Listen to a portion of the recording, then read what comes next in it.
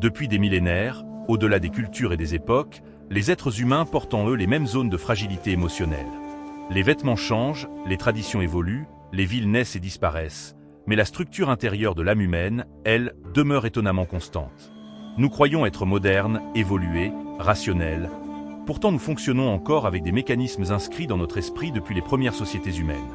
Pendant que certains cherchent désespérément l'approbation ou la reconnaissance, d'autres ont compris quelque chose de plus subtil, le langage caché des émotions. Ils savent reconnaître ce que les autres ressentent derrière un sourire poli, un silence prolongé ou une attitude trop contrôlée. Ce ne sont pas des manipulateurs. Ce sont simplement des observateurs, capables de percevoir ce qui se joue derrière les apparences.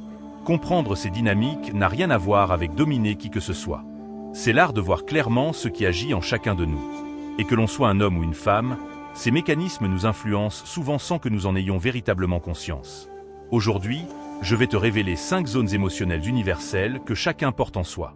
Les connaître ne te donne pas un avantage sur les autres. Elles t'offrent un avantage sur toi-même. Car en comprenant les ressorts émotionnels des autres, tu deviens plus lucide, plus solide et moins réactif. Tu cesses d'être ballotté par tes impulsions. Tu deviens maître de ton regard. La première zone émotionnelle est la recherche de validation. Et ce n'est pas un secret.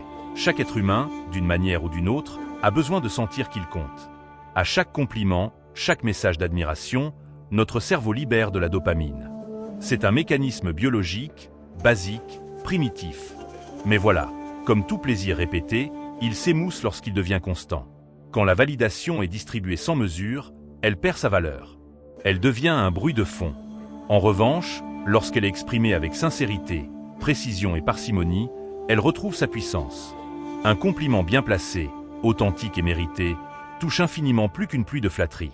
Le stoïcien l'a compris, la valeur d'un geste réside dans sa justesse, pas dans sa fréquence. La deuxième zone émotionnelle repose sur l'incertitude. L'être humain dit chercher la sécurité, mais il s'éteint dans l'excès de certitude. Nous sommes conçus pour être stimulés par ce que nous ne comprenons pas encore totalement. Le mystère, lorsqu'il est sain, n'est pas une technique. C'est le reflet naturel d'une vie riche, d'un esprit profond, d'un individu qui ne vit pas pour être transparent mais pour être vrai. Révéler qui tu es progressivement, au fil des discussions, au gré de tes expériences, crée une dynamique vivante. Pas pour susciter l'attente, mais parce que ton existence a plusieurs strates, plusieurs niveaux de réflexion. Le stoïcisme t'enseigne la retenue, la pudeur intérieure, la construction silencieuse de soi. On ne dévoile pas tout, non par stratégie, mais parce qu'on n'a rien à prouver. L'exemple est simple.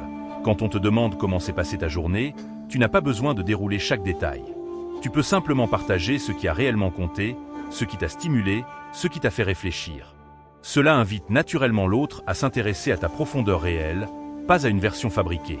Le véritable pouvoir émotionnel ne naît ni de l'opacité ni de l'excès de transparence, mais du juste milieu, ce que les stoïciens appelaient la modération.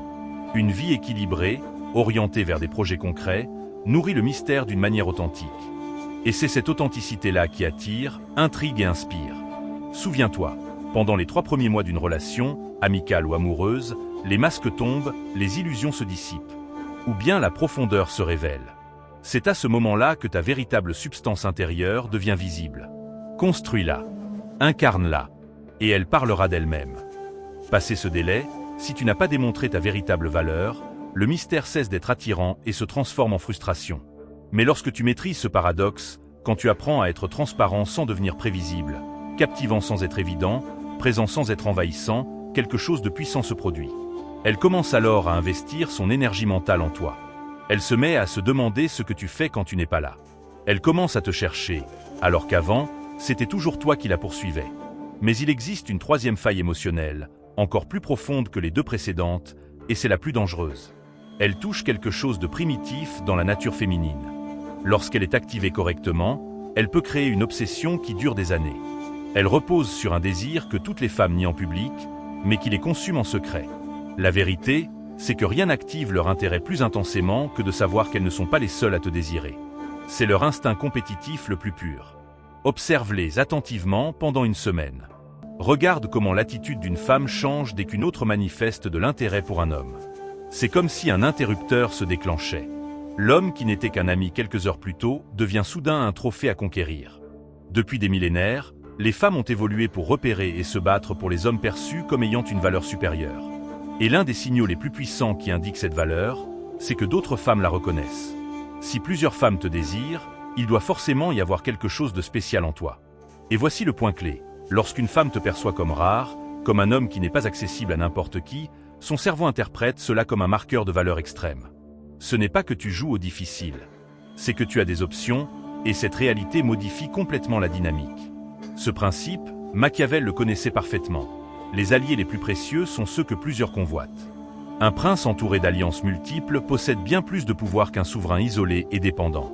Exactement la même logique se retrouve dans les relations hommes-femmes. Mais attention, il ne s'agit pas de flirter de façon ostentatoire devant elles. C'est infantile et pathétique. Je parle d'une présence naturelle, authentiquement attirante, qui découle d'une vie intéressante, d'une personnalité affirmée et d'une aura que les autres ressentent. Lorsque tu entres dans une pièce et que des femmes te parlent spontanément, te demandent un avis, rient à tes anecdotes, elles le remarquent immédiatement. Tu n'as rien besoin de forcer. Ta valeur sociale parle d'elle-même. Le secret est dans la nuance. Sois chaleureux et charismatique avec les autres femmes, sans jamais franchir de ligne. Fais-lui ressentir que tu es un homme que beaucoup choisiraient, mais que c'est elle que tu préfères. Pas parce que tu n'as pas d'option, mais parce que ce sont tes choix qui te définissent. Et voici ce qui est fascinant. Lorsqu'une femme sent qu'elle pourrait te perdre, lorsqu'elle réalise que tu n'es pas dépendant de son attention, un mécanisme chimique puissant se déclenche en elle. Son instinct de rétention s'active. Elle investit davantage, redouble d'efforts, cherche à regagner sa priorité. Mais, comme toujours, cette faille est une arme à double tranchant. En abuser crée une insécurité toxique. La négliger t'amène à paraître prévisible, donc ennuyeux. La clé est l'équilibre. De temps en temps, elle doit sentir que tu as des options, qu'on te désire, que tu pourrais partir, mais que tu restes. Pas par besoin, mais par choix. Un exemple simple, lors d'un événement social, si une femme vient te poser une question, réponds-lui naturellement. Ne l'ignore pas par fausse loyauté, mais ne cherche pas non plus à susciter artificiellement de la jalousie. Sois simplement toi-même, intéressant, serein, charismatique. Elle observera comment les autres femmes réagissent à toi, et rien que ce constat renforcera ton aura de rareté. Autre exemple, lorsqu'elle t'expose ses problèmes, ne deviens pas son thérapeute de service. Soutiens-la, écoute-la, mais préserve ton espace et tes priorités. Elle doit sentir que tu es une ressource précieuse, pas un service gratuit et disponible à volonté.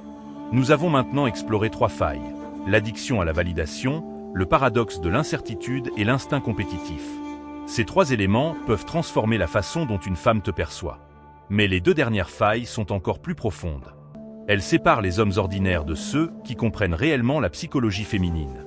La 4e faille concerne un besoin universel chez les femmes, mais que très peu d'hommes savent offrir: le leadership émotionnel. Et voici ce que la majorité des hommes n'ont jamais saisi. Les femmes ne veulent pas que tu résolves tous leurs problèmes. Elles veulent que tu sois l'encre émotionnelle qui reste stable lorsque leurs émotions se déchaînent. Lorsqu'elle raconte qu'elle a passé une journée atroce, son premier besoin n'est pas que tu lui trouves une solution. Elle a besoin de sentir qu'elle peut s'appuyer sur quelqu'un de solide, de stable, de présent. Quelqu'un qui ne perd pas pied dès qu'elle perd pied. Machiavel le savait. Le vrai pouvoir se trouve dans la dignité et la tranquillité lorsque tout vacille autour de toi. L'erreur des hommes: quand elle panique, ils paniquent. Quand elle est anxieuse, ils deviennent anxieux. Quand elle a peur, ils s'agitent pour réparer. Ils réagissent alors qu'ils devraient guider. Le leadership émotionnel signifie que ton état intérieur reste indépendant du sien. Si elle rentre frustrée, tu demeures calme. Si elle s'inquiète, tu gardes la perspective. Non pas parce que tu t'en fiches, mais parce qu'elle doit pouvoir s'accrocher à quelque chose de stable. Et surtout, ce n'est pas être froid ou distant. C'est être cette présence apaisante qu'elle attend. Quand elle t'expose ses peurs, ne lui balance pas une liste de solutions. Dis plutôt: ça doit être vraiment difficile. Raconte-moi. Tu lui montres ainsi qu'elle peut exprimer ses émotions sans que tu sois emporté par elle. Enfin, la 5e faille émotionnelle est la plus fine et la plus puissante: la personnalisation psychologique. C'est l'art de comprendre la femme précise qui se trouve devant toi. Elles ne se ressemblent pas toutes. Certaines sont hypersensibles à la validation. D'autres sont obsédées par la certitude. D'autres encore vivent dans la comparaison et la compétition. Ton rôle est d'identifier quelle faille domine chez elles et d'adapter ton attitude. Si elle cherche constamment ton avis, si elle a besoin de confirmation, sa faille dominante est la validation. Dose tes compliments. Si elle devient nerveuse quand tu gardes trop de mystère, Si elle pose 1000 questions sur ton passé, sa faille est l'incertitude. Ajuste tes zones d'ombre. Si elle parle souvent d'autres femmes, se compare, ou exprime de la jalousie, sa faille est la compétition. Fais-lui sentir qu'elle est choisie, mais jamais indispensable. Le point essentiel, c'est qu'on n'applique pas la même approche à toutes les femmes. Chacune a sa sensibilité, son histoire, ses cicatrices. Celui qui comprend cela ne séduit pas seulement. Il devient inoubliable. Mais retiens ceci, le but n'a jamais été de manipuler. Le but n'est pas de contrôler quelqu'un. Le but, c'est de comprendre profondément ce qui se joue chez l'autre pour créer une connexion vraie, stable, honnête. Quand tu perçois qu'elle a besoin de validation, tu ne la critiques pas. Tu la rassures sincèrement, sans exagération, sans te trahir. Quand tu sens que son incertitude vient de blessures anciennes, tu ne joues pas sur sa peur. Tu l'accompagnes avec respect, en homme aligné, maître de lui-même. Ces failles ne sont pas des défauts. Ce sont simplement des mécaniques humaines. Des choses que tu peux reconnaître, honorer et intégrer dans une relation équilibrée. Et si tu les comprends avec intégrité, cela te transforme en un homme rare. Un homme qu'elle n'espérait même plus rencontrer. Et quand tu combines tout, la validation dosée, l'incertitude subtile, l'instinct compétitif, le leadership émotionnel, la compréhension psychologique, avec une véritable croissance intérieure, alors quelque chose de puissant se produit. Tu ne gagnes pas seulement son attraction, tu gagnes son respect. Tu ne captures pas seulement son intérêt, tu inspires sa loyauté. Tu ne séduis pas seulement son corps, tu touches son âme. Mais rappelle-toi, comprendre ces dynamiques n'est qu'un début. Le vrai pouvoir, c'est de les utiliser avec sagesse, éthique et une intention noble. Le stoïcisme ne t'invite pas à prendre l'avantage. Il t'invite à mériter cet avantage. Alors voici ta mission. Choisis une seule de ces dynamiques. Travaille-la pendant 7 jours. Observe ce qui change, non seulement chez elle, mais en toi. Et si ce savoir t'a apporté quelque chose, si tu as appris, si tu t'es reconnu dans ces mots et que tu veux continuer à grandir, like la vidéo. Abonne-toi à Savoir Stoïque. Dis-moi en commentaire ce que tu retiens de cette leçon. Et partage cette vidéo à un homme qui en a besoin. Le pouvoir, lorsqu'il est partagé, se multiplie. Et retiens bien une chose, la maîtrise de soi n'est pas un chemin, c'est une ascension. Et nous ne faisons que commencer.